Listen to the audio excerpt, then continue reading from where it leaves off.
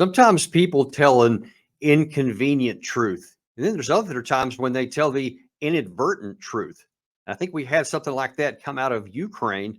It hit the airwaves, or it hit a lot of the media today. It was actually a couple of days back, where a member of the Ukrainian parliament was on a Sky News broadcast and was being asked about the conduct of the war. And there was a couple of really important things that she said, and I want you to see them before we talk about them. Here's number one. Counteroffensive is going as planned. Is it going as planned? Well, as much as we can have it going as planned with the amount of weapons and the quality of the ammunition that we're getting. The steadier the deliveries and the bigger the deliveries of the armaments for Ukraine, the faster the counteroffensive can go. That's the problem is you've regained, what, less than 1% of the ground that you lost before the invasion? Unfortunately, that is the case. And you only have like another month to go before? Another month or so before the cold and the winter. So that was much bigger of a deal than may appear on the surface, where you had a member of the actual parliament of Ukraine admitting on global television that they have only gained less than 1% of their territory after 4 months of offensive operation. And let me remind you that 4 months only came after about 6 months of intensive preparation, where the U.S. and NATO countries provided literally thousands of tanks, artillery pieces, millions of rounds of ammunition, training, intelligence support, virtually everything that you can imagine in preparation for that launched before the offensive operation began. And then it got barely even dented the surface. And now you hear it quantified less than 1%.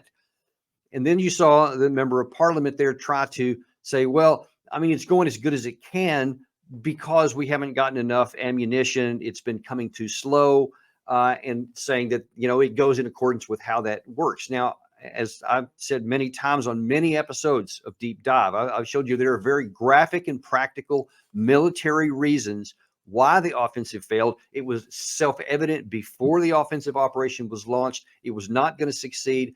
The fact that it hasn't subsequent to that has very little to do with the amount of ammunition provided. In fact, I'd say that's the least issue that's at play. The issues that are much more important is that Ukraine has no air support, or at least no air superiority. They have grossly insufficient air defense capacity, especially tactical at the front line.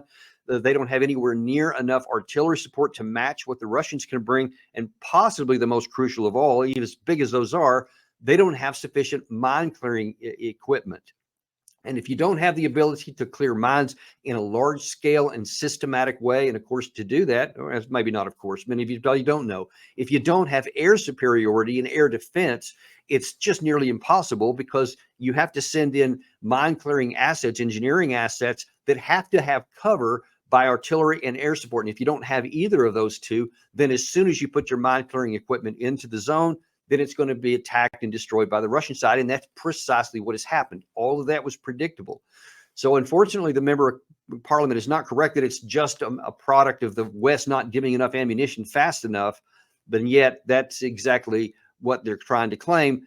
But the problem is, and it should be evident by now, even if we gave all of the ammunition they wanted their full wish list was given, it's not going to change those other fundamentals that don't exist and are not going to in the foreseeable future. I mean, it would be years before they could get a lot of those capabilities because, as we say many times on Deep Dive, it's the men, not the machines. And so you would have to have a well-trained force that would take a long time, measured in years, to really have a violent chance. If you had all of the air power and the engineering assets and the armor and all those things together, it would take years before you could have a legitimate shot at punching through that Russian defense, which they don't have. And the war is likely to be over long before that happens, unfortunately.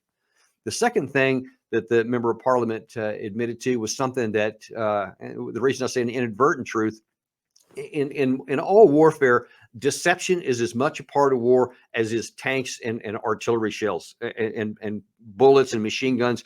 It's an integral part of war. Everybody uses it. The U.S. has used it. Ukraine uses it. Russia definitely uses it. So you can hardly take anything at face value. And of course, the Ukraine side has been resolute from outset of saying we're winning the war, we're going to win the war. There's many in the U.S. that say that. But this member of parliament in this time seems to have inadvertently said something that changes that narrative and was a rare opportunity to tell the truth. Here's what she said. Russia is winning the battle of a protracted conflict today. So they are winning? In terms of protracted conflict strategies that they're trying to impose on Ukraine and the world, unfortunately, we have to say that they are gaining the upper hand yet again. They have done this back in 2014. The lessons weren't learned. The aid was being delivered too slowly and at a non-stable rate. And this is the results that we are getting. So it almost seems like she catches herself in the middle of this and realizes what she said, and then tries to go back to the original point that, well, but the lessons weren't learned, ergo by the West, that we didn't get the equipment or the ammunition in time, and so that's the reality we have. But the fact is, what she said is patently true, and it's self-evident on the battlefield. The Sky News reporter anchor, said in the first segment that you had only scratched back less than 1%. So you don't really need to say it out loud, but it was refreshing to hear that the member of parliament did confirm Russia is winning. We're not succeeding. This has happened before. They are winning a protracted battle, and that is self-evidently true. And look, the reason why this is so important, I'm not in any way meaning to say anything negative about the member of parliament. She has desperately desires for her country to win. She wants to see the invaders kicked out of her country. And I would feel exactly the same way, 100%. There would be no difference at all. And I would do everything in my power, should our country be attacked, to also eject any attackers and to deal a blow.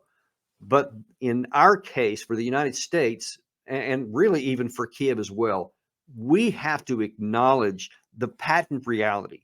This member of parliament has said it openly, but we didn't need that already because it's graphically portrayed. You see that the lines have not moved, and that's after all the support and everything we've given. And to date, there is no evidence that there's going to be an equal amount of new equipment given, that the Ukraine side will be able to have replaced the dozens or scores of thousands of Ukrainian members of the military that have been lost in this offensive. And some reports are starting to come out that it could be as high as 500,000 total casualties on the Ukraine side alone. Only time will tell what that is. It's impossible to know the truth right now, but it's definitely an extraordinarily high number. And now then you see, as the drama continues to play out in Washington, D.C. and in other capitals in the West, I'll point out some new changes have been taking place, that continued support at any level is now in great question. And look, the reason for that is this is not to ding any country, whether ours or Slovakia or Hungary or Poland even, because there's waffling going on and wavering in all those places, because they know what we're talking about here. They realize that Ukraine is not winning.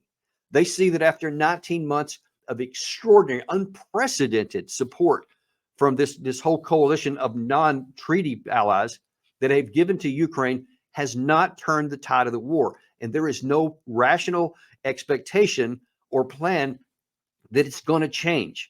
There's no way that they can tell their people, or look at their own budget, or look at their own amount of military equipment that they have for their own national security, that they're going to continue just into the indefinite future, just giving that stuff away, which can't be replaced in any kind of a time frame commensurate with the loss.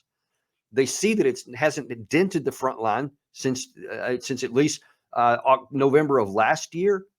And so the chances of the continued support at the level it has been is almost non-existent. It's not even clear whether the U.S. is going to pass any money for Ukraine in the near term, much less over the long term. All of this paints a very clear picture that the time has come that we have to start openly admitting this is not going to have the end that we desired, and it's now time to try to find a different solution, and that's going to include a negotiated settlement and an elevation of diplomacy over just this blind throwing more weapons and money into a losing affair. It is time that we're going to have to give that serious consideration, and that means Washington, D.C., as much as Kiev and in all the Western capitals. And we've painted ourselves into a corner to where we're only willing to accept complete victory.